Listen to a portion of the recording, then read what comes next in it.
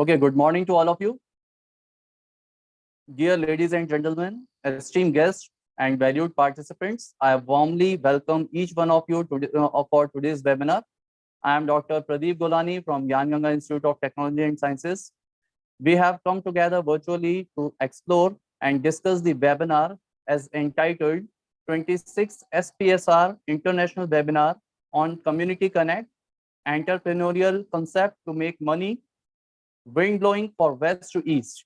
It's our 26th webinar being hosted by the Society of Pharmaceutical Sciences and Research under the mentorship of Dr. Shashi Alok, National President, SPSR, and Assistant Professor, Institute of Pharmacy, Bundelkhand University, Jhansi, India. Our aim to ensure healthy lives and promote well-being for all at all ages. So our objective is to hold conferences for promoting the causes of pharmacy, profession of pharmacy, to contribute to programs and services that emphasize the health needs of India and the prevention of diseases, to honor eminent pharmacists engaged in the encouragement of pharmacy profession, to promote and facilitate the acquisition, dissemination, and exchange of pharmacy knowledge and information about the practice of pharmacy and pharmaceutical sciences. Throughout this event, we are honored to have an incredible speaker, Dr. Mahadev Bhatt, retired clinical and community pharmacist, Los Angeles, California, USA, as our distinguished speaker for this webinar. We are also joined by our respected Mrs. Monica Sabharwal, Madam, Convener, National Secretary of Society of Pharmaceutical Sciences and Research, and Managing Editor of International Journal of Pharmaceutical Sciences and Research, and IJP. We all are here to help guide during the webinar. Without taking much time, I request Mrs. Monica Sabharwal, ma'am, to welcome our guest speaker, Dr. Mahadev Bhatt, for sharing his experience, expertise, and knowledge on them. Over to Mrs. Monica Sabharwal, ma'am.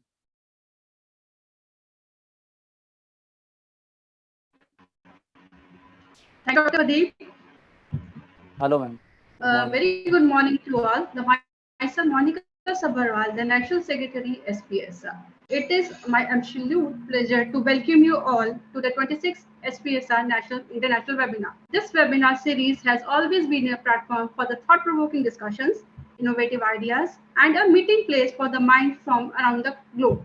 Today, we continue this tradition with our topic, the Community Connect, Entrepreneurial Concept to Make Money, Wind Blowing from West to East.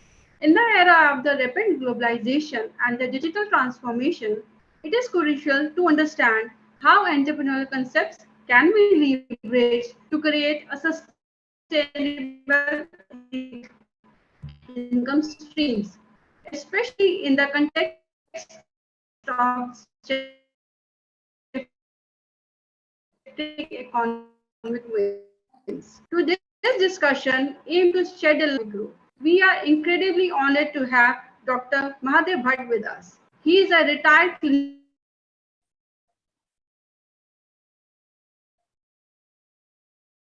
distinguished speaker. Dr. Bhatt, with his vast experience and the unique insights, will guide us through his fascinating topic. His expertise in the community pharmacy and his understanding of the entrepreneurial landscape make him an ideal speaker for this lead discussion. We are gathered here today not just as individuals, but as a global community of over 3,000 participants from more than 25 countries. Before we begin, I would also like to thank the gratitude to the SPSR, the National President, Dr. Shashi Alok, Dr. Saurabh Kose, Mr. Ankur Agarwal, the co-convener of this webinar, and the organizing committee, Dr. Sanjay Nagdev, and the dedicated team behind the scenes, whose hard work and dedication have made this webinar possible. I would like to extend my heartfelt thanks to all of you for your participation. Your presence and engagement are what made this webinar successful and meaningful. Let us embark on this intellectual journey together, exploring the potential of the entrepreneurial concept to connect the communities and generate income. Thank you once again for being here. Without further ado, let's have Dr. Mahadev Bhatt. Over to you, sir. So I will introduce Dr. Mahadev Bhatt, sir. Short introduction of sir. Dr. Mahadev Bhatt is a retired clinical pharmacist. He came to USA right after his pharmacy graduation from LMCT in 1972. He has done all part of pharmacy over last 50 years here in USA. He has more than 18 years of industry experience in drugs, cosmetics, and nutraceuticals in various positions such as R&D, director, plant manager, operation manager. He has 12 years of hospital pharmacy as a director. For over 8 years, he used to own 4 community pharmacy with with a home healthcare, injectable preparations, diabetic care, asthma care, osteoporosis center, breast cancer counseling, geriatric pharmacy care, hospital care. Sold everything. He has owned Walgreen retail chain pharmacy in 2003, retired in 2015-16 from Walgreen Pharmacy. And it's our pleasure to have more than 3,000 registered pharmacists across the world. It's approx 25 countries. Our maximum participants are from India, Malaysia, Uganda, Pakistan, Yemen, Nepal, Sri Lanka, Libya, Egypt, Saudi Arabia, UAE, USA, Nigeria, Macau, Bhutan, Azerbaijan, Iraq, Indonesia, Algeria, Thailand, Bangladesh, Canada, Poland, Ukraine, and Albania. We are overwhelmed to express gratitude for their participation. Thank you all for joining us today. I encourage all participants to actively engage in discussion, ask questions, and share your experience and knowledge. Together, we can foster a collaborative and innovative environment to explore the full potential of mixed solvency and its role in shaping a greener and more sustainable future. Once again, I thank you for joining us today. We have our esteemed guest speaker, Dr. Mahadev, with us. Welcome, sir. Kindly, I request you to share your PowerPoint presentation and talk. I think I already sent the PowerPoint. You guys are going to monitor it. Okay, sir. It's shared now. Okay. Thank you very much, all of you. As the introduction, they said that I am not Dr. Syed Ahmad Hussain, who was supposed to be here. But he is a very esteemed and very experienced professor in Canada. He has several credits to his name. The topic we have selected, and I have been talking about these things last few years.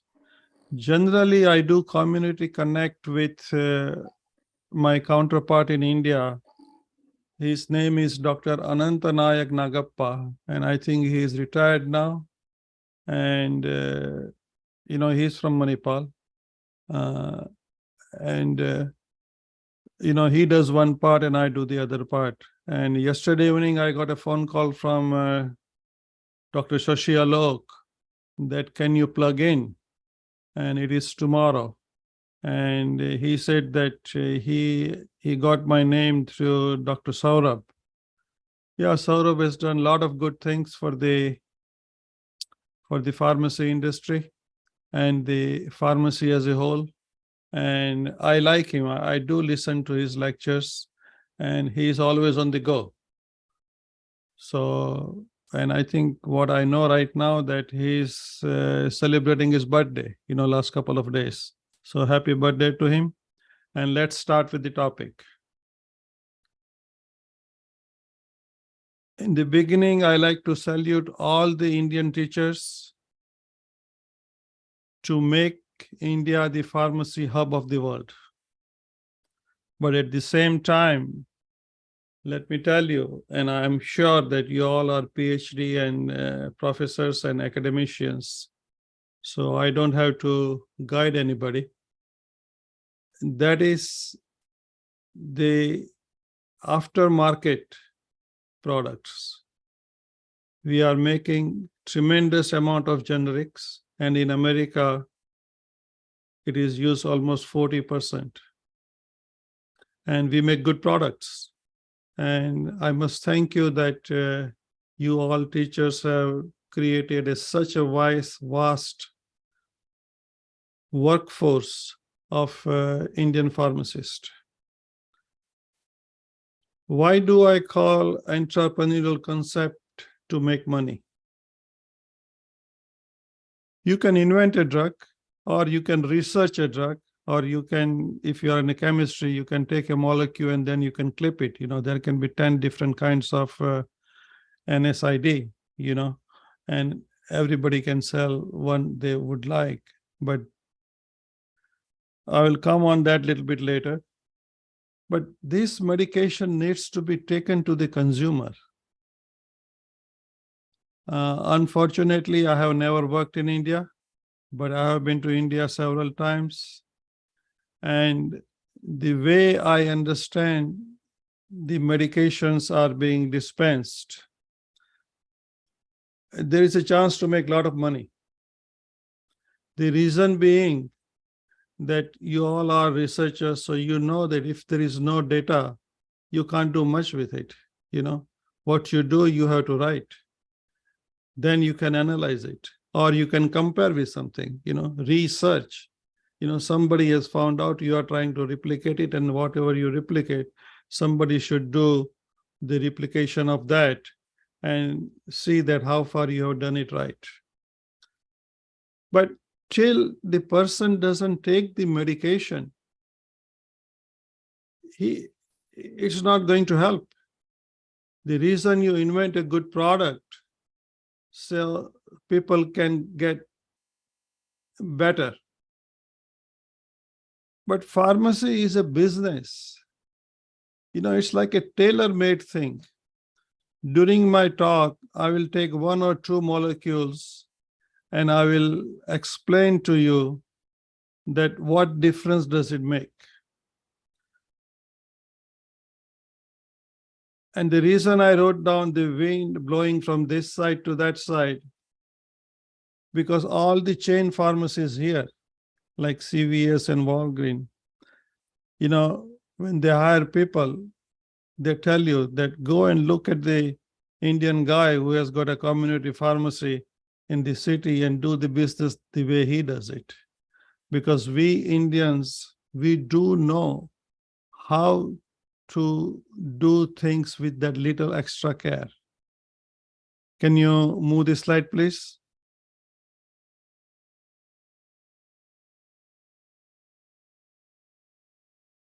The thing is that, do we love what we do? Because when you love something, you can do anything. And I'm not going to say that drugs are not good for you or drugs are dangerous and things like that. Those are the legal terms and things what you do.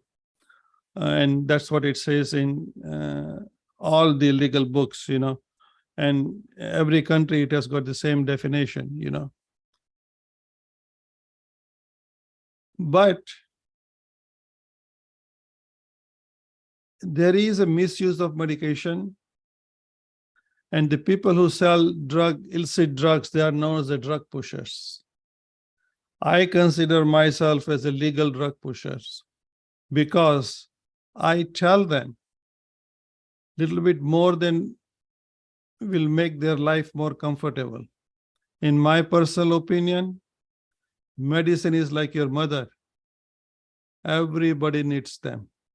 And especially when you are above 50 years or 60 years of age, on the average, people take in that age group minimum 5 to 9 medications a day. And when you ask them why you take it, sometimes they don't remember. Remember, forgetfulness is an ornament for senior citizens. Sometimes we all friends get together and we laugh about it. Oh, I forgot my phone, I forgot this thing, But why it is happening? Is it because that they take too many medications? Are they over-medicated? I have sent a lot of videos and a lot of things to Dr. Alok, and maybe he has got all of your emails. He will send it to you. And at this point, I like to add a word, polypharmacy, which is very important. People shop for prices and things like that, and then they end up with a lot of stuff. There is over-the-counter medications are involved too. Now, one thing to me is nobody comes to pharmacy or a hospital to say, hey, hello, good morning, how are you? Can we have a cup of coffee? You know, or they don't come to propose you that, oh, will you marry me? Or, you know, I love you. No, it doesn't happen that way, you know. But if you love what you do, then you can do anything. Things that how much you are dedicated to the profession of pharmacy, because we as a pharmacy graduates, we study a lot, you know, and only thing is that we need to use them. I understand that there are listeners from a lot of different countries, but I have been to Ethiopia, I have been to Africa, I have been to Canada, Australia, but I have not worked there. Most of my work is in the United States. Can I have the next slide, please? The way the practice is conducted, especially in India right now, it is as easy to buy a Cadbury chocolate or a Zithromax. I think generic name is azithromycin. You go there, they will give it to you, and goodbye, Charlie. But I think that is good. That's the reason to make some more money by providing more pharmaceutical services possible, you know. And how can you do those services? You know, we all have studied the 5R, you know, the right person, the right drug, the right dose, right direction, right time. But just think for a minute. Do we do that when we dispense the medication? Do we write all this thing down and give it to them? Or we just ask them to read the labels there, you know, which is a 5/16 of an inch, you know. A person like me cannot even read that, you know, because I'm 75 years old and, you know, I don't have that great of eyesight, you know. So there are different ways pharmacists can help. One of them is a brown bag medication review, where you can ask your consumer that they can put all of their medications in a brown bag. And when you have got some time over the weekend, they can bring it to you. You can discuss with them, and then you can tell them what it is. And, you know, make them aware that what they are taking is for their health. Who wouldn't want to listen about their health? Because everybody loves to live longer, but eventually everybody has to, you know, there is a time limit, you know. There is another way you can do it, is a home medication review. And the same thing can happen. And you will be surprised when you ask people, they just don't know what time to take that medication. I will give you a very simple example. Metoprolol tartrate. I think I discussed very briefly with Dr. Alok. Say it's a woman who is 45 years old, or say 42 years old. Let's make her younger, 40 years old. And the doctor prescribed her metoprolol tartrate, 1 tablet twice a day, you know, and take one at 8 o'clock, one at 4 o'clock. Now imagine that she's a married woman. She has got 2 children who goes to school. Is that a good time for her to take that medication? She has to get up in the morning, make a breakfast for the family, make tiffin for husband who is going to go to work, make some tiffin for the children to go to school. Now, what are the side effects of metoprolol tartrate? And generally, you know, you might have noticed that a lot of medication has got the same side effects. But what does metoprolol tartrate do? It's a beta blocker. It slows the heart down, right? Well, when something, your heart gets slowed down, a lot of your activities are going to get slowed down. And, you will feel a little bit tired. You wouldn't be up to the 100% attention what you need first thing in the morning, because everybody relies on mother, Don't you think that 10 o'clock would be a better time for her to take this medication when everybody is out of the house and she can make a nice cup of tea or a coffee or some drink, a lemonade or something, and then she takes this medication? What difference is going to make she takes 8 o'clock or 10 o'clock? Same thing in the evening. Why would she has to take that medication at 4? When everybody comes in, she has to have a smile face. Take it at 8 in the evening. She will get a good sleep. So you take an advantage of the side effects and you tell them. The patient doesn't know that. Suppose the patient has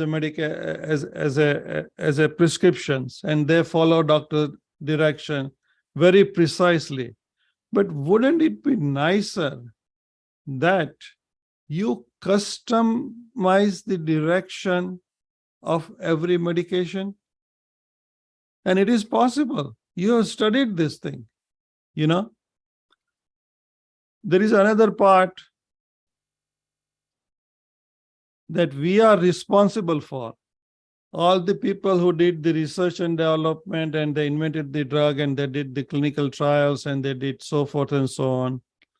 I stopped doing those things in 1992, That's the time I switched over to hospital pharmacy, And I have quite a few products on my credits, but I cannot talk about it much because I have got a non-disclosure agreement with them, and I'm still on board of certain pharmacies, and I consult 3 MNC, Part of our job is to do the management of the drug therapy or a medication therapy. And to do that, you have to have certain data. It is also important that you can make a quality use of medicine. Now, till you do not have the name of the medication, that is BMR or HMR, then if you have got a thought of an MTM, then you can think about quality of medication use. I understand that there's a big thing going about adverse drugs reaction in India. A lot of people are writing it, are believed to write it. But sometime I think in the back of my mind, if there is no data collection at the point of dispensing, then at what point you are going to do the ADR review? When the patient is already in the hospital? And then they are going to find out after the fact that he already got the event? There is a lot of difference between ADR, adverse drugs reaction, and adverse drug event. So are you going to file ADR after the ADE when he is already, not able to tell you all the information? Things to think about. Okay, I'm not saying it is but we can do better, and that's where you're going to make money. There are a lot of medications in oncology that you do the targeted medication review.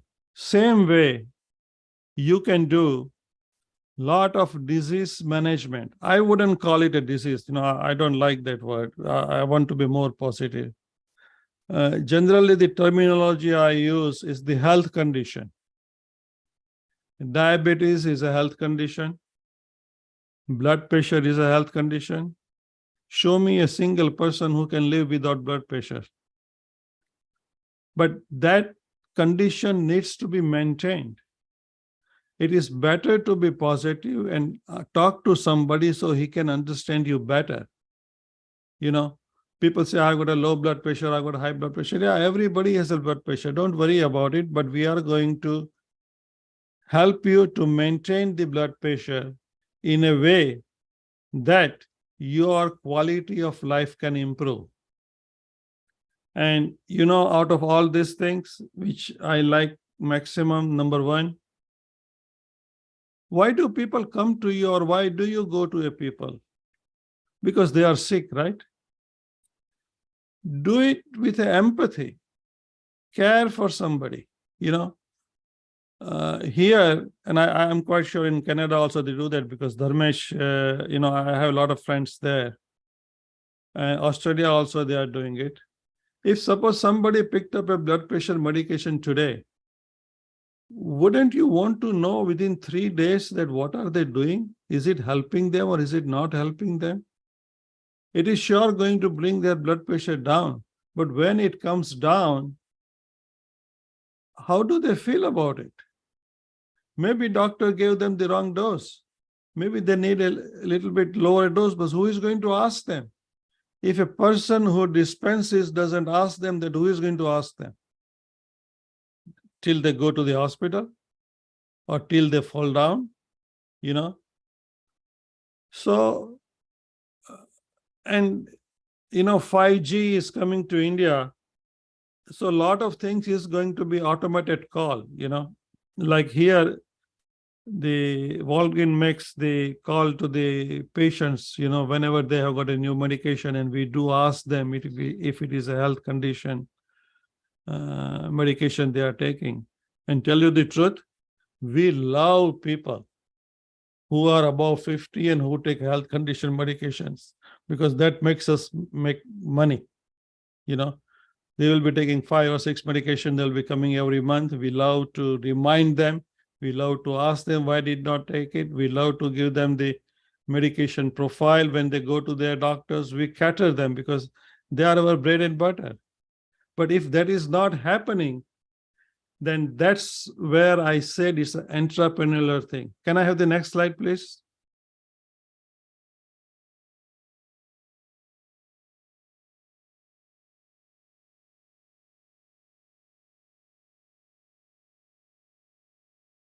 To provide service, and we should charge for that service, because by talking to people, you are going to get the information, and then you are going to tell them how they can adjust their medication. I am with the Kaiser Foundation, and I get a phone call every week that you have not reported your blood sugar reading.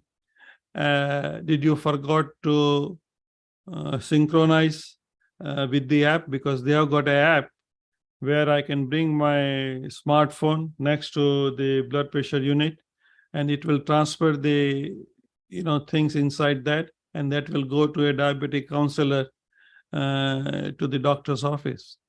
Any doctor would love to have some more information. Why can't we become a part of it? We can become a part of it. And, I do hear from people that a doctor may not like it. Yeah, they may not like it, but do we talk the language of the doctors? We are not there to diagnose. We are there to manage the therapy according to the way it is said. But when you tell doctor that there is a drug interaction, are you going to suggest them the alternatives, or just you are going to keep quiet? You should be ready to suggest an alternative according to the lifestyle of that particular patient, and then you tell them positively. Now, one of the other clinical example, I'm going to spend some more time on it, that will tell you that what are the things one can do being a pharmacist. Because academician people, they have done their job, they have taught you, they have got you out of the college, they are doing the research, they are publishing lots of research paper, maybe something will pick up and then they will make a new drug. But what we learn from that, are we taking that to the another end? Because you are going to increase the life expectancy of a nation. If everybody does one thing, and there are,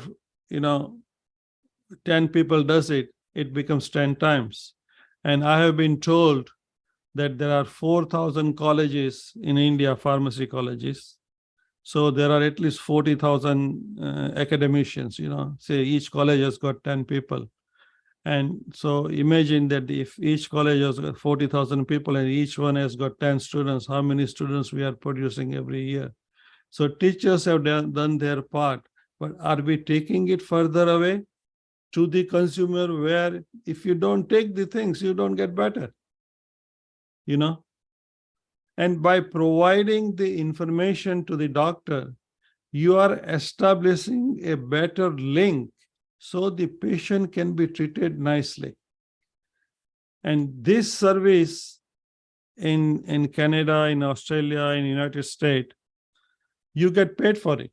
I have a friend in Florida, and he does work with the nursing homes, and he's retired, but still he goes to 3 nursing homes, and every month he has to do the review that what medication they do. And he gets paid extra for that through the government services. And why do they do that?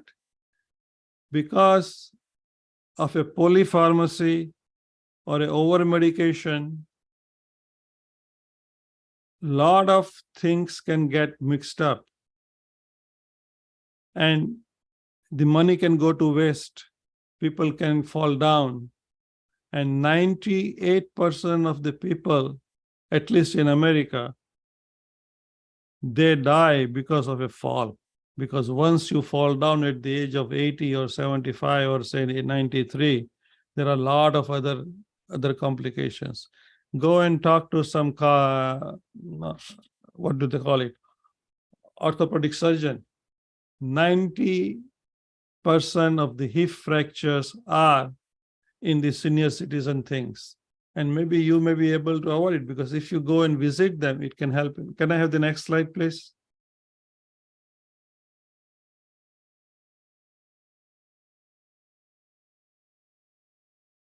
If a prescriber can make a house call, I think this is more prevalent in India. I don't think that in USA they make a house call unless and until you are a hospice care patient, When Pradeep was talking about hospice care, it's not a hospital.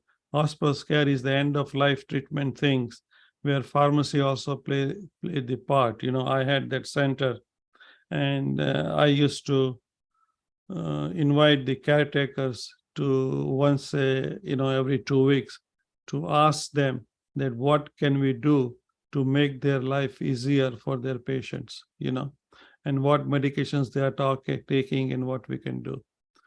By going to the people home, you will have a chance to find out how they live, what is their lifestyle, what medications they are taking, what over-the-counter medications they are taking, and you can help them with their health conditions.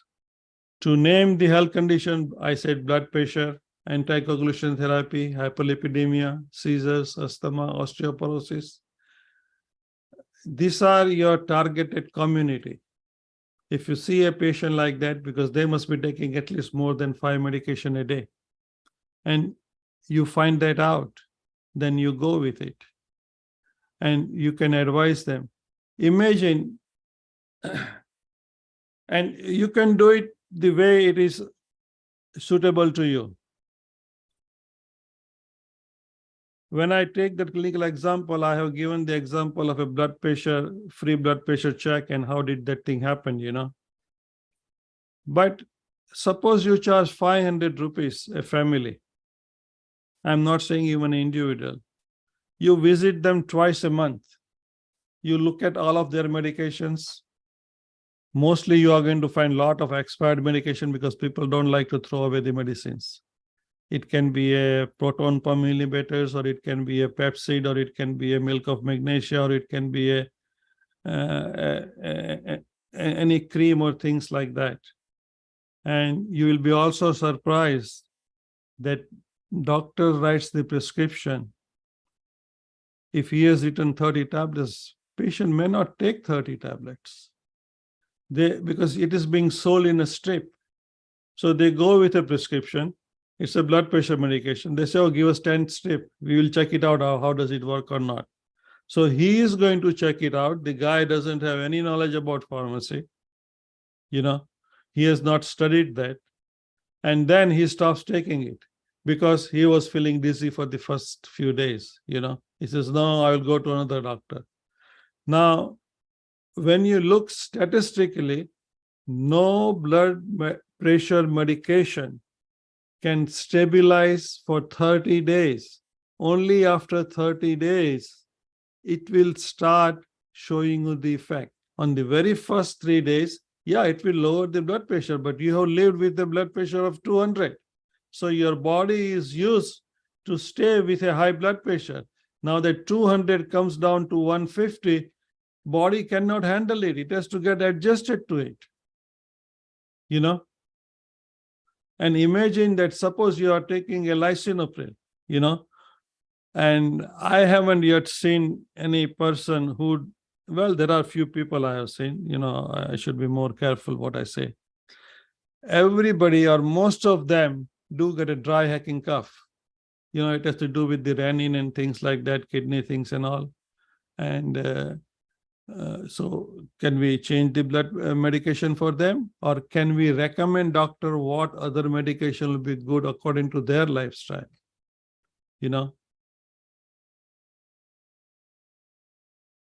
To do the ongoing monitoring of a patient is a part of a pharmacy. And if you are charging 500 rupees a person, for a family, suppose you have got 10 families, that's a 5,000 rupees extra income per month. Even a second year B Pharm student or a diploma student or M Pharm student can do it. I'm not putting it as a challenge, but ask yourself dearly. I have talked to a lot of principals and a lot of researchers in India. That do you know what is a medication profile of your family? Is it written somewhere? Do you give it to them when they go to the doctor, that you take them and let doctor take a look at it? Because doctor might have said you can take it, but you forgot that you should not, that particular illness is over. I have had an incident that a person was taking 17 different kinds of NSAID because doctor said that this is for your headache, this is for your fever, this is for the pain, you had a sprained ankle, so you take this thing. So he had all the medication. He says, now you are getting arthritis, so you take it. Eventually, he ended up with a bleeding in the hospital. And I was talking to Dr. Ko, and Dr. Ko says, hey, Dave, look at this thing. How many things he's taking? So I went and asked him. I said, what's going on? He says, these are the things they gave it to me, but they never said they don't discontinue. Now, honestly, doctor didn't mean to overdose them, but he might have said it, but patient didn't understand it. In any household, it does happen that what somebody says, somebody else will perceive differently. And then the problem starts. All the problems in the world starts like that, But if we are a pharmacist, if we have got a pharmacy degree, have we given a medication profile at least? Or let me ask you, in any of your college, does all the pharmacy students have a habit of writing a medication profile for their household people? That is a beginning of collecting the data. The next slide, please.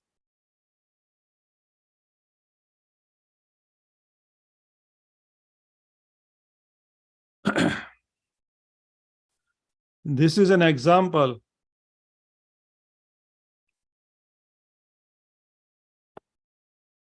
of a real it happened. Okay, it's not that I'm making up. I never make up the things. I always give example. I think people, those who are in Australia, Canada, and US, they know that most of the chain store have got a free blood pressure check. And this was because of that. So the general public knew that if there is something wrong with me, I can go to my pharmacy. So I think this happened sometime in 2015, and it was a Thanksgiving long weekend, and I was working weekends. And I had, me being a manager in community pharmacy, I had an advantage of keeping my senior tech along with me, so I had to do less work, The senior techs, they get paid around $35 to $40 an hour. And they are very smart, they are your eyes and ears. And in pharmacy, you do not work alone. Health chain is a chain, that's why they call it. And we are a part of it. We never say that doctors did anything wrong, but we have to keep the confidence of a patient in their doctors, but we can tell them that, doctor, if this medication is given this way, it might help the patient economically, or it might help the patient emotionally, or it might help the patient. Not it might, it will help the patient therapeutically. Now, this case is going to tell you that 5 or 6 different things what a pharmacy graduate can do. Okay.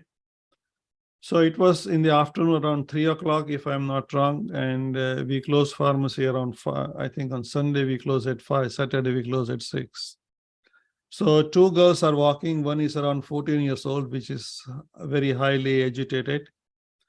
And there was another lady, looked like her mom, and they came to pharmacy and she said that we would like to check the blood pressure. Well, we need to give them a form to fill it out, because here we have got a lot of legal issues, So I gave her the form to fill it out, and that younger girl snapped at me, says, no, I want to check it now, I will fill the form out. So I looked at Isha, and this girl, they were Hispanic, and Isha speaks more Spanish fluently than me. I can understand everything in Spanish, but I cannot speak that fluently. So I looked at her, and he says, where is your mom? So this is sitting outside. So he says, this is the blood pressure unit, go out and you do that, and I will collect the information. So I went out and I checked the blood pressure. It came high. It was 237/92. That's pretty high. Normally we call, this thing happens when it's a hypertension crisis, or people have not taken certain medication certain times and they forgot it, or they are very agitated and there is some underlying principles behind it, So when the patient was filling that form out, one of the criteria was that I wanted to find out that, is she my patient? Because my computer had a capability of looking into all the 8,800 store of Walgreens that has she been ever to any pharmacy. And me being an Indian, I can call any other CVS or any other pharmacy. There must be an Indian working there on the weekend, I give them the date of birth and the patient's address, and they will tell me that are they their patient or not, because the whole criteria is to help the patient. So at that point, Isha tells me that I should come back to pharmacy. So I knew that there is something she has found out. So I went to pharmacy and I asked Isha, I said, can you communicate with her and find out what is the reason? Did she had a fight or what? Because during the long weekend, and if it is a Saturday, Sunday, Monday thing, on the third day, we get a lot of patients in the evening, which have got a lot of domestic issues. People get drunk and all the families have got together, and it's just like India, people start arguing that, my children are better than yours and this and that, and then things get loose. So I said, find out what's going on. So I went inside the pharmacy and I take a look at it. She has been our patient for last 3 years. She has taken birth control pill and some BP medication. metoprolol tartrate 50 milligram, 1 PO BID from Dr. Leong. In past, she had a recurrent UTI infections and yeast infections, and the medication was given to her for a short period of time. She had also taken a plan B. I think that's an emergency contraceptive. I don't know what is the name of it, but she was a little late in picking it up. It means that she was not within that 48 to 72 hours limit. She was on the curbs of around 35 or 36 hours, So I had made a note, I was there that day, but you don't remember all the patients, So good record keeping has to be there. Can I have the next slide, please?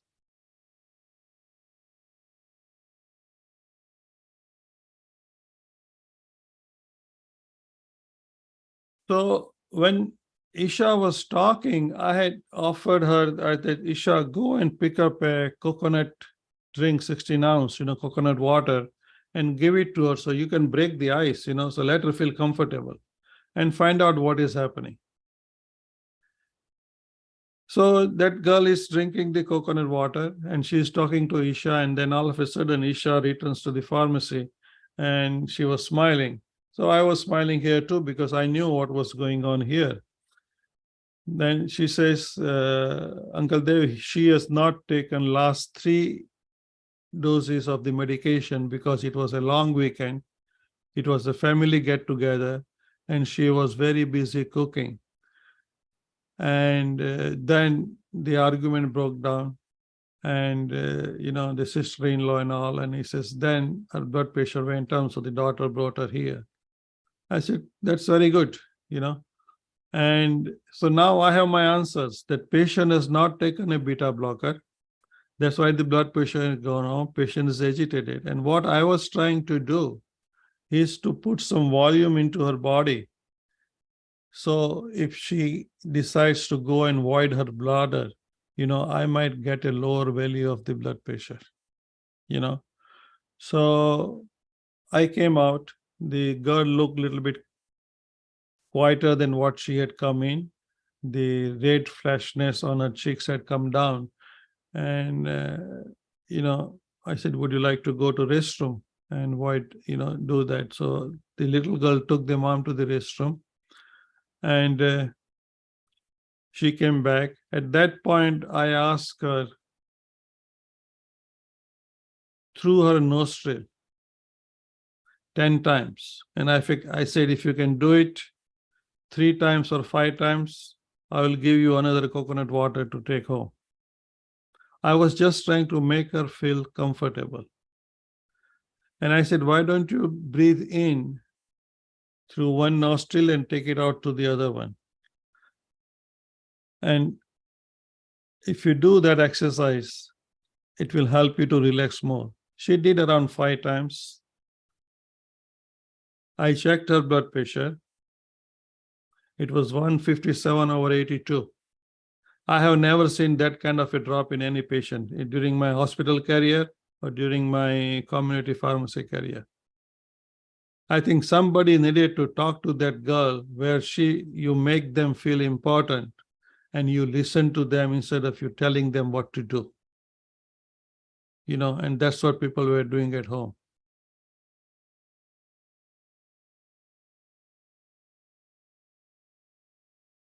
At this point, I offered her 1 tablet of 50 milligram metoprolol tartrate, and I said, why don't you take this tablet? The reason I did this, because I had a prescription on file. I knew the doctor. I knew that that girl has got the medication at home and she has not taken it.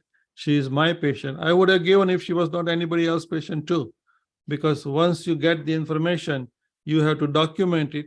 So you are not into any kind of illegal trouble, because in emergency, pharmacists are allowed to do certain things, And I said, you take this medication now, and when you go home, do you know where is your medication? He says, yeah. I said, if you don't, then I will give you 1 more tablet. He says, no, I know where my medication. I said, when you go home, you take the second one and you will be okay. Now, my duty was not over at this point. Can I have the next slide, please? The lady was very happy.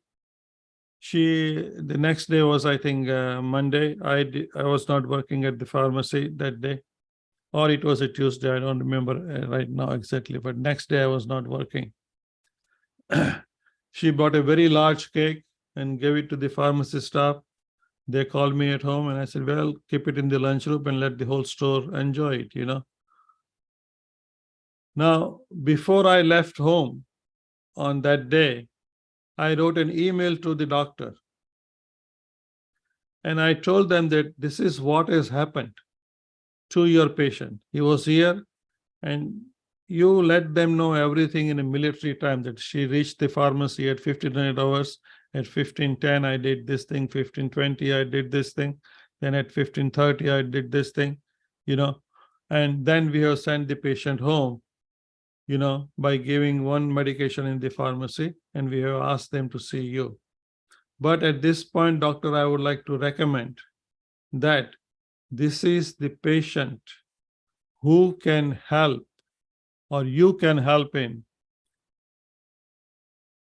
Let me rephrase it, who is a great candidate for a medication called metoprolol succinate, 100 milligram, extended release tablet, once tablet daily, and you can avoid the problem of medication adherence.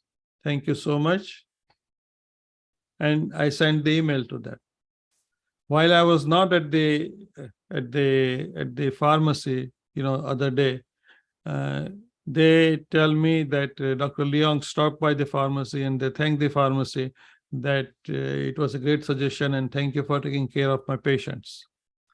Now, one thing I would like all of you to do, part of our responsibility by doing this kind of intervention, we are trying to avoid unnecessary emergency room admission to save the healthcare cost. I can tell you about United States. If you call an ambulance, the minimum cost is $200. We call it a paramedics here. They will transport you to the doctors, to the emergency room. You go and fill the form out. It's another $200. If they put you in the wheelchair, it is another $300. They do the triage, it is another $500. The doctor has not even come in yet, Then if they give you a bed and doctor has ordered some X amount of test, so they will put 10 different kind of tubes in you, so for emergency, for your benefits, Once they allocate you the bed and they put you in the bed, the cost is almost $7,000. This lady would have ended up in the hospital if I was not there, or not if that Walgreens pharmacy was not there. I think any other pharmacist would have done the same thing, But do you want to take a chance to do it? Do you love what you do? Or you just are going to say, one more customer out, I'm done with it, I did my filling and I'm over with it. No, we are being trained by the teachers what to do. So why don't we apply that? And you can help the nation to reduce the cost of healthcare. I think Canada is doing a lot better than United States, because they let pharmacists supply a lot of emergency medications, for UTI and for cough and cold and things like that. But now other clinical examples I can give. I like to come to medical assessment center, but which let me take it a little bit later at the end of the lecture. There is a lady called the pharmacy and they said that, I'm going on a vacation and I have got a birth control pill on file and I will have my husband pick it up. So this technician took the order and they filled the medication. And somewhere in the afternoon, she had a toothache. So she went to a dentist and dentist said that you need a root canal. But she says, no, doctor, I'm going to go to on a vacation for 10 days, and we have planned for this thing. So they wrote her a prescription for antibiotics, So generally dentists will write either erythromycin or they will write other amoxicillin, and they will say take 4 times a day, and dentists will always say until gone, that's the last word they use. And I have never figured that out. Why do they do that, So she said to the dentist that, why didn't you call in my pharmacy? And, I have to go home because I have to get ready for my trip. So the husband goes to pick up the medications. The pharmacist gives them the medication and he comes home. But nobody told that patient that this is the prescription for pregnancy. The effectiveness of birth control pill goes down anywhere between 10 to 17%, when you take both of them at the same time. Somebody has to just let the husband know that you use some alternate method of contraception, and a little information. This is not talking about I'm not talking about the counseling part, This is the insight within a pharmacy. That can you do that? The poor husband doesn't know anything about it. Maybe the girl knows more than the man, So selection of a medication effects. If I ask you what is the maximum overprescribed medication in the world is, maybe I will get an answer, maybe I will not get an answer. But in my opinion, and what I have read about, that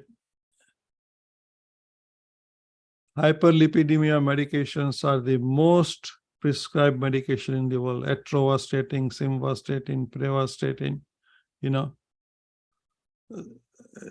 First, you got cholesterol, let's start with that, But have we taken a thought, and this thought is not going to come to the doctor, that you have got a patient who has taken a simvastatin or a atorvastatin, did he come and complain you after 3 months or within 3 months that they are having a leg cramps, and why they are having a leg cramps? Our teachers have taught us in the second B.Pharm I learned. I did my first 2 years of B.Pharm in Manipal. And then, my grandfather passed away, so I had to change the college, and Dr. Gundu Rao helped me to move to Ahmedabad, because I didn't have enough financial support at that point, And, but in second B.Pharm I learned, remember that ATP cycle where you get your energy, the coenzymes, Q10, that's what simvastatin attacks. Your final energy has gone out, so you feel lethargic, you feel tired. And what happens when it, you get a leg cramp? It may not be a cramp, but it can be a lethargic, so you don't feel like walking longer, There is a nutraceutical products available in the market, coenzyme Q10. Take anywhere between 200 to 300 milligram daily, and you can overcome this problem, and you all will be glad to know that the father of coenzyme Q10 in the world is an Indian guy who graduated from LM College of Pharmacy in 1965. And directly he went to Oxford University on a scholarship, because of Dr. R.P. Patel sponsored him, and then he became assistant dean of the Columbia University. He has a lot to do with this mitochondria, and he sells almost 80 or 90% of the coenzyme Q10 in the whole world. Very smart guy. Dr. Raj Chopra, he was my counterpart in 1983 or 83 to 87, when he used to work for private formulation and I worked for Winning Laboratories. We both were technical directors. I learned a lot from him. learn a lot from him. Same way, coming to your nutraceuticals, magnesium is the element, most forgotten element in the world. Most forgotten element in the world. Nowadays, I have sent Dr. Alok some YouTube clips by Dr. Gupta and another neurosurgeon about magnesium. And I think he will be kind enough to forward to you if you guys have given him the email. That every cardiac patients in Kaiser Foundation, they get a prescription for coenzyme Q10 and a magnesium supplement, because the magnesium helps with coenzyme Q10 to increase the contractibility of the muscles. Now, magnesium is responsible to around 300 different coenzyme activities in the body. And this kind of thing, you can only find out if you visit them at home and take the data collection, make a report on it, or you can make a WhatsApp call to them. I get reminded to take my blood pressure. I get reminded that did I take my weekly walks of 1.5 hours or not. Minimum I have to walk is for, people like it when you ask them, and you can charge money for that. They are your patient. Take the information and provide it to the doctor. He will appreciate that. You are just transferring the data. If he doesn't like it, he will say, don't do it. Okay, sorry, doctor, we won't do it. That's where it ends. There is nothing wrong in that. And I think, if I remember right, I think Shashi did tell me that he is in pharmacognosy, moringa leaves are the great hit in America. Everybody takes that for arthritis, moringa leaf powder, capsules. Everybody. Even in Hawaii, they started growing moringa, You can grow anywhere. I grow it in my backyard, It's around, it go 20 feet within a year, And I think in Colombia, they started doing it. And everybody wants to get into that business.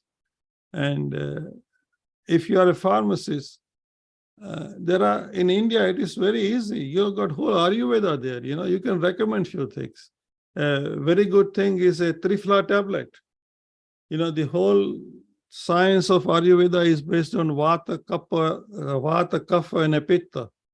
And what does Trifla do? It tries to balance it out, Maybe in 10 days, 15 days, your patient will be okay. He may not have to take any laxatives, And it is a very good combination drug. So being a pharmacist, you can do a lot of things.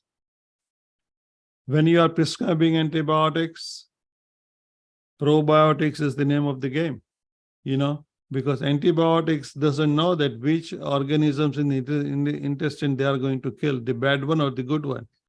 Everything gets wiped out, and after 4 days of any amoxicillin liquid to the children, you are going to see a loose diarrhea or loose bowel movement, So everything is washing it out. You want to replace it. Yeah, if they cannot afford the probiotics, very easy things to take is rice and yogurt, curd rice. No South Indian can stay without it, with some lemon pickles, right? Suppose because of the pandemic,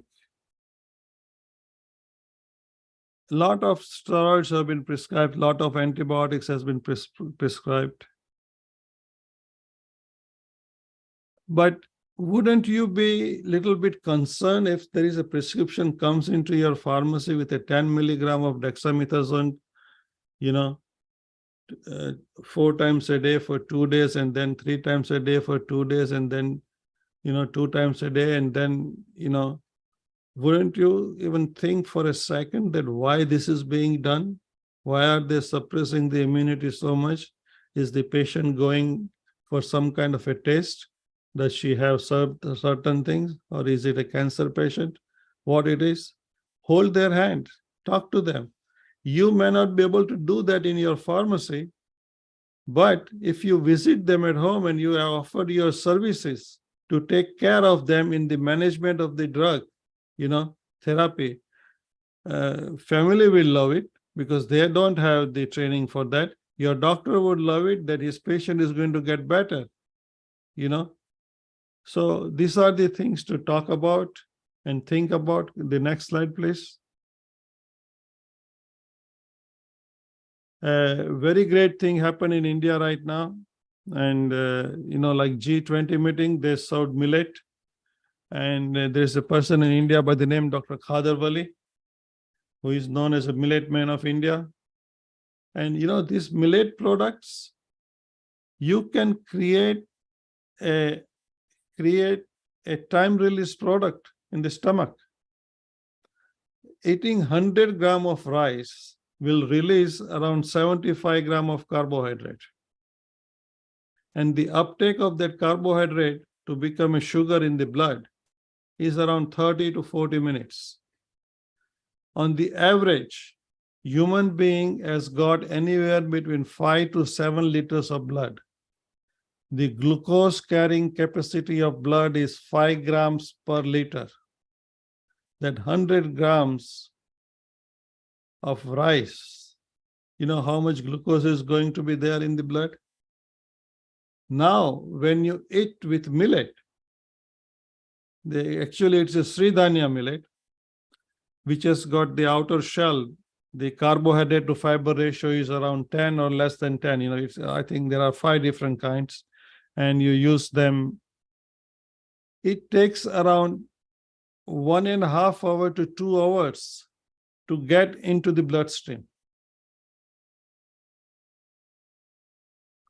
So being a pharmacist, by looking at the lifestyle and changing diet a little bit, you can figure it out. If you see a patient who is losing a muscle mass, may not be eating protein all day long, you give some green mung beans in her diet, rice and mungs 50-50. They call it khichdi. Yeah, they will improve, So there are a lot of opportunities you have got to do that. I like to talk about medication assessment centers or medication, they call it a MAC. I think it is in Canada or it is in Australia. Most of the colleges here, they have got a medical assessment center. General public will come to the university. They will go to the assessment center. They bring all their medications and they will review with a pharmacist. So either there is a teacher sitting there or there are a pharmacist student sitting there, and they will tell them that what this thing, and the patient might say that, I've got this medication, but I don't know what I'm doing it for. But still I'm getting a refill, so I just refill the medication. You can start de-prescribing from there because the doctor may not even know that. So somewhere we have to train students besides our book and our pipettes and experiments and spectrophotometer and everything, where they can go and take a look at the patient and solve the problem. Now, if we cannot start this thing in a college, then how are they going to learn? Yeah, I have heard the argument that, they go for training. Yeah, I understand that,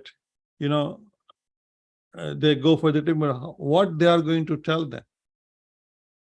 And to all the assistant professors, you all do have a chance to make some extra money. Maybe if it is, if you or she, you can buy some extra gold every year, have 10 patients and you will be having an income of 5,000 to 10,000 rupees a month. You can you can take a nice vacation. You already have the knowledge. And if you do that with your students, they will do the work for you and you will start collecting the data, because there is no data collected at the pharmacy counter. Now, the things in Australia and Canada and other countries are different. I understand that completely. In US, it is different too. But it doesn't mean that we don't make mistakes here. We also make mistakes here, because mistakes are part of life, and that's where we learn, and that's where we learn to come up. So we should not say that government should do this thing and that should do it. But eventually, I would really prefer that the pharmacy practice definition should change slightly.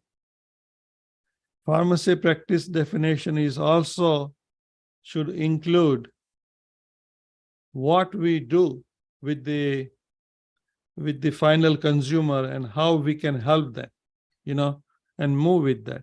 And nowadays there are smartphones, imagine that you went to some home and you collected certain pictures, that this is a pink tablet for your blood pressure and white tablet for your cholesterol, and you remind them that this is the time you take, and you just send them a WhatsApp message. They are your customer for your life. That old lady or that old person may not have anybody in the house telling them what to do, but when they got a message from you, they do it. I forget taking my medication. Sometimes I forget that I have taken it or not. Because especially people, those who have got diabetes, they think that they should take medication when they eat more, and they should take less medication when they eat less. You have got a lot of sweets, you might take your metformin and other medications more. You might take your Gucoto extra tablet and things like that. Thing doesn't work that way. We have to teach people to adhere to the regime, and that's where the pharmacists are being trained for. So I'm hoping that during the Amrut Kal Mahotsav, 2047, there is a pharmacy in India that you have got a diploma student doing the dispensing, you have got a B.Pharm students managing the pharmacy, and you have got a clinical pharmacist, PharmD, who can work at that place and help the people and become a conduit between a medical profession and the general public to improve the health of the nation. I like to take, there is a person whom I like very much.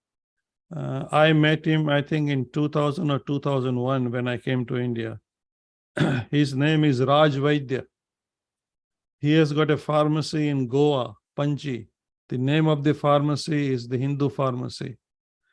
The amount of work he did in 2001, we never did that in America, because he loves his pharmacy. He has got an M.Pharm degree in community pharmacy, and I think he's involved with IPA and other stuff, So there are people around there. There is a guy called Athikari, he's in Andheri. Raj was telling me that he charges around 1,500 rupees a patient, a family, and he will convert their brand name to generic, and he will communicate between doctor and the patients. He's doing very well. There was a lady in Pune who used to run a service center for the diabetic care management, used to charge 1,000 rupees. She had 110 customers, So when I hear those things, I see a very bright future of pharmacy, especially community pharmacy in India. And there is a lot of money to make, how many people will own the manufacturing units? How many people will go to the hospital in a year? And how many people will go to the community pharmacy? Do your own calculations and then decide what you want to do. Are you doing your R&D because you want to publish a paper and increase the ranking, or you would like to create a generation of pharmacists who will be more oriented to do that. You have already achieved the goal to make India the pharmacy hub of the world. Why don't we get people from all the countries in the world so they can get treatment in India, because Indian pharmacists will take care of them very nicely. Thank you so much. And I think I'm almost done.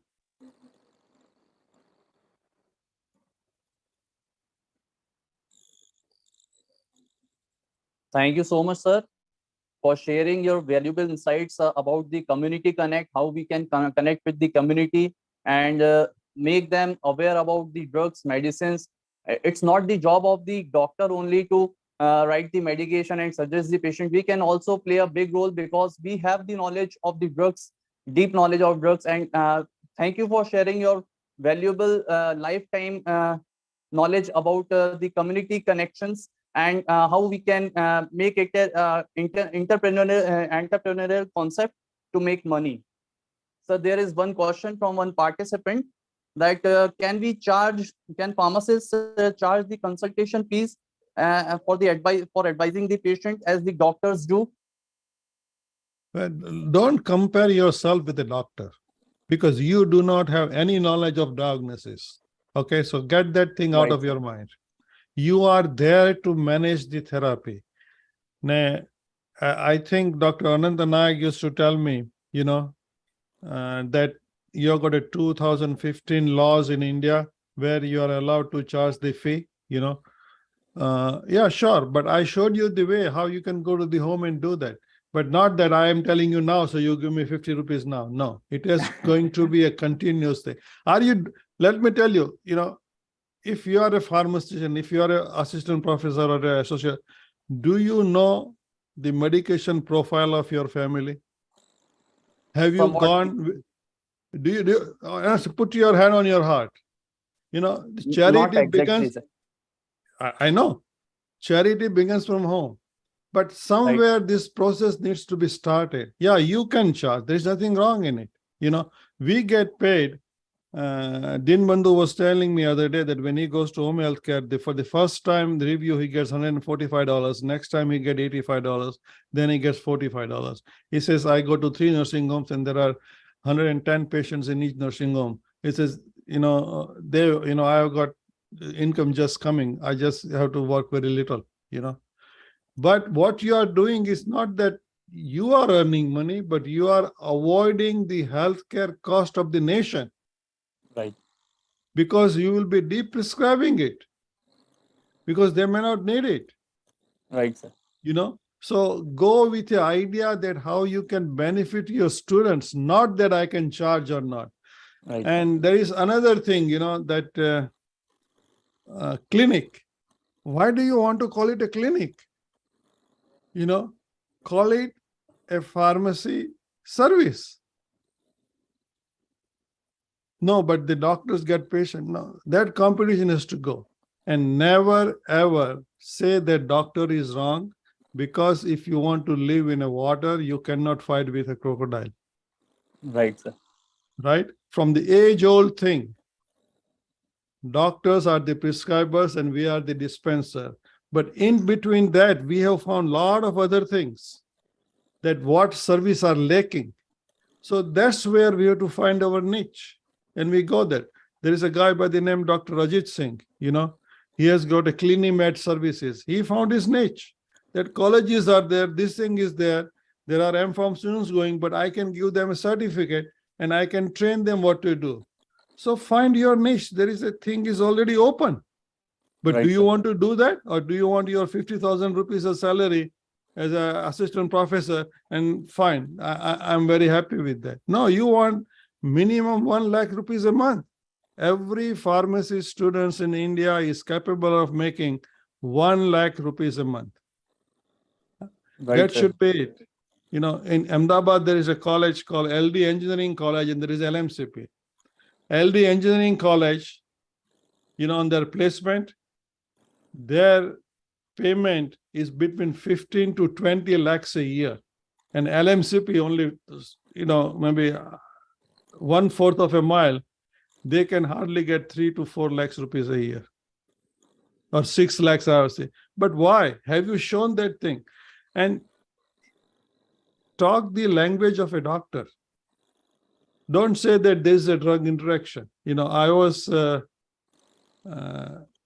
somebody, see, so far I have given 300 lectures in India, okay, along with Ananta Nayak. And I get a lot of WhatsApp group. And PharmD students are trying to find out the drug interaction. So they write down, we went to hospital and there's a patient who was taking lisinopril and they were taking hydrochlorothiazide. I don't think it's a drug interaction. You have to find out why they were taking it. I am a diabetic. My son is a doctor. I take 2.5 milligram of lisinopril to protect my kidney. I take 12.5 milligram of hydrochlorothiazide because I had a kidney stone. Right? Right. And my son is a doctor, so I get always over-medicated because he wants to help his dad. So the Right. drug interaction and things, look at the whole picture. Are you capable of handling? Yeah, sure, you can get paid. But don't get paid only for $15 or say $10 or, and I'm sorry, that's the terminology I use. But take a 1 house, 2 house, 3 house, 4 house, and do it. Sure, you will get paid. It is allowed, but not for the clinic. No, you can't Right, do sir. that for. It is a service. It's just a community service, sir. Yeah, in my resume, you wrote down that when I had a pharmacy, I had a lot of services. I used to have nurses working for me from the Vertigo Hill hospitals. My pharmacy was in La Crescenta, and it was all the movie people used to live there, So we had a more latitude. People can do a lot of things in cash, and they appreciate this service. I never had a medication in my pharmacy left overnight. In the evening, I used to have a driver, who will go and deliver the medication to their home so I can go home early, but people appreciated that, so provide service and get paid for it. Right, sir. First of all, we should think that we should give something to the community. After that, we should go for the financial benefits. Right, sir. Yeah, I think in Canada also they do that because Dashrath is doing it. We go to Swaminarayan Mandir, and every 15 days we go to health camp. Some doctors will come, pharmacists will come, people will bring their medication, and we talk to each other and we find out which area it is and what needs to be changed, and we help them out. Right, because sir. you feel good that you are a pharmacist, you want to do it. You are Yes, sir. allowed We should to do our touch. job first. Yeah, no, you are allowed to touch the medication. Right. You are specially skilled people. Make use of it. No, go for it, man. Right, sir. So there is one more question, sir. So what are the challenges faced by the community pharmacies in adopting entrepreneurial concept like Community Connect? No, can you repeat it? What are the challenges Faced by community pharmacies in adopting the entrepreneurial concept? No, the thing is that according to Dr. R.N. Gupta, I think he just wrote a book about the hospital pharmacy, and he is with the IPA, that there is a Pradhan Mantri Jan Aushadh Yojana.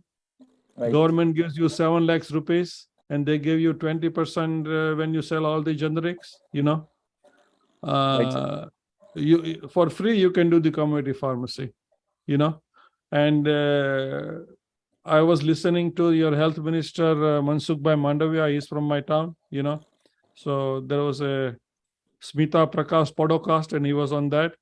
And he said that they are going to open, they have got 9,900 pharmacy now.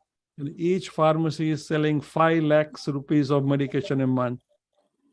And he is opening 2,200 pharmacy more.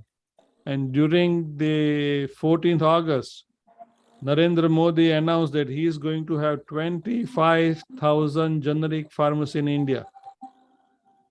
Yes, a lot of work has been done in this field. And people are telling me, generics are not good in India, But how can you say that? 40% of the generics in the United States is from India. Right. It's like a paradox. Oh, we have got double standard, but are we there to criticize the government, or you are going to help the government to make the best out of it? We are pharmacists. Right, we sir. can do anything better than anybody else. Right, sir. Right, sir. So one more question, sir. What are the potential risks and rewards associated with with implementing the Community Connect concept in community pharmacies? The risk is that if you give a wrong advice, you are liable. In America, I don't know in India you are liable or not, because there is no such thing as lawsuits. Right. Here, the pharmacists are the only one who is allowed to give any advice in any supermarket or anywhere outside how to take their medication and how to take their nutraceuticals. Otherwise, you can be jailed. They trust people so much, but you have to create that trust. I live on a street where there are 12 homes. I have got a guy across the street who is 102 years old. He's under hospice care, and anybody in my street, whenever they get new medication, they will stop by. He says, Uncle Dev, can you look at it? Did my doctor write it right or wrong? I said, doctor didn't write it right, but I can tell you how to take it. You should be proud that when you are walking out in your neighborhood, making money is one thing, but first get identified that this is what I'm studying. If your parents are spending your money for your education, say 1 lakh or 2 lakh rupees a month, in my days, the fees was only 800 rupees. That's the reason I left Manipur and I came to LMCP, because I didn't have those things, But in return, did you take the medication profile of your dad? Did you go to along with your doctor and ask doctor that why they are taking this medication? What are you prepared to if you contribute, the Lord will help you. Right. Because you are helping sick people. Right. We have to take the initiative, and that we can start from our family itself. If you are married, start with your wife. Right. Right. But never tell wife that your mom is cooking better. Don't do that. Then you are in trouble. Then she will Right, ask you to go and stay with them. And right, the so we have ladies to can take do care it. of that.